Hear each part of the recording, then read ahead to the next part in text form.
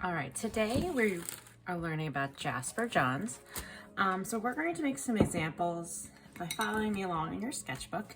And then next time we're going to be making your own Jasper Johns.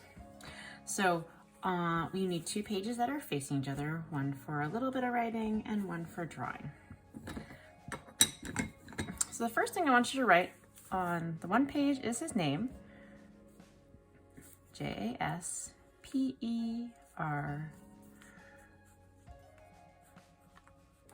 Jasper Johns.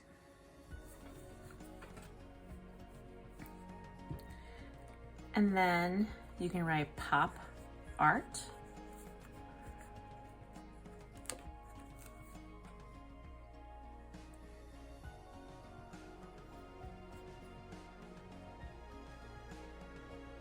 And then the rest we're actually going to draw about. So on the right side page, I need you to you can take a pencil, I'm just gonna do it with a crayon, and divide the section into 4s. So you're going to make a line that goes, I'm just gonna continue with the red crayon, up and down, and side to side. Does not have to be perfect.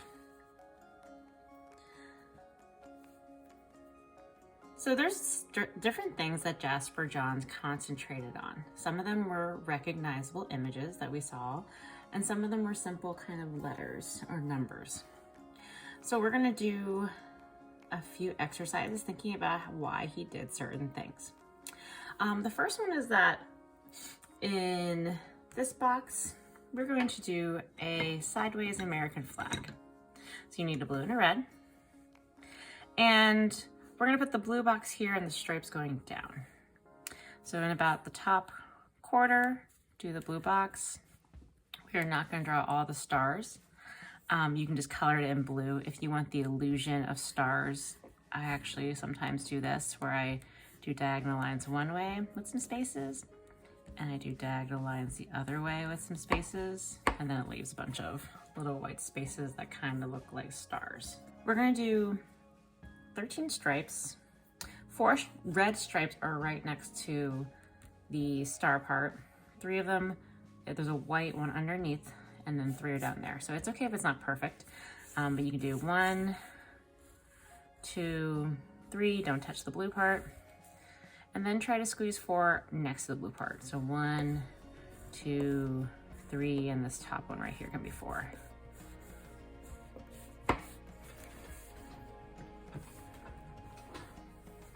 All right, the next thing we're going to do that we saw in his work, that there were numbers and letters. So we're gonna do a letter here and numbers down here. I'm just gonna do the letter A. You can do maybe the letter of your first name, it's up to you. But first I'm just gonna start with a normal letter A. Really big, like as big as the whole rectangle. Then I'm going to layer on top of it. So I'm going to make it thicker by adding more colors and more lines right next to my letter.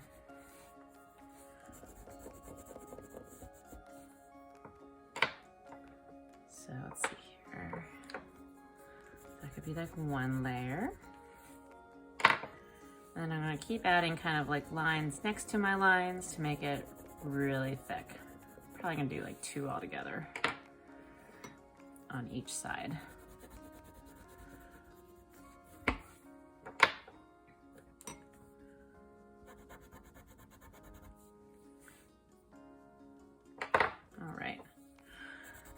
Okay, now in those spaces that are left, I'm going to just color in with similar colors, but maybe not a color that's right next to it. So there's no yellow right here, so I put yellow there. There's no red really close to this section, so I'm gonna put red there. I'm gonna put blue over here because it's not touching blue.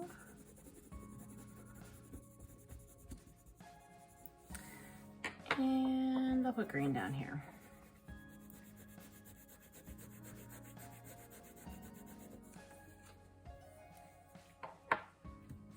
Awesome. All right, the next thing I'm gonna do is a number. Well, actually not a number, I'm gonna do many numbers. So kind of like my A, I wanna draw a number that's really big. So I'm gonna draw an 8, And look how it touches like almost all sides of my rectangle. And it's okay if it's kind of sketchy, because the next thing I'm going to do is just make it really thick. So I'm going to go over those lines again and expand them with this one color. So this one we did multiple colors. I'm just going to do one color for this number 8.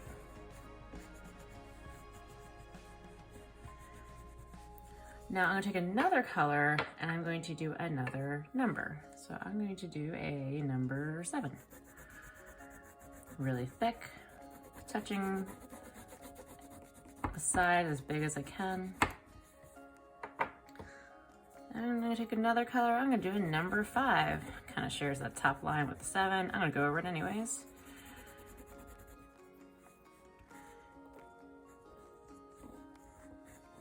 Making my lines really thick. And my numbers are starting not to look like numbers because they're overlapping, kind of blocking each other. The last one is I'm going to make a number 1. There we go. I'll fill in the gap with color. And my numbers have transformed into its own little piece of artwork. The last Jasper Johns inspired section we're going to do is a target. So I'm going to do, usually have like red and blue. I'm going to do blue and orange just to be different. And we're going to do concentric circles, which would make a target. That means they're centered in the middle. They are the same distance around, away from the circle that's in the middle. So it doesn't look like a fried egg where the circle's all to the side. It's directly in the middle. And like him, I'm gonna do a pattern though, every other, trying to make these rings the same width or thickness.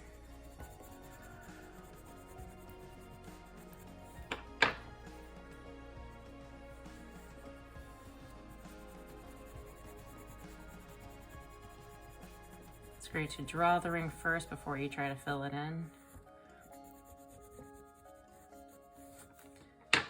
And then I'm going to color the background.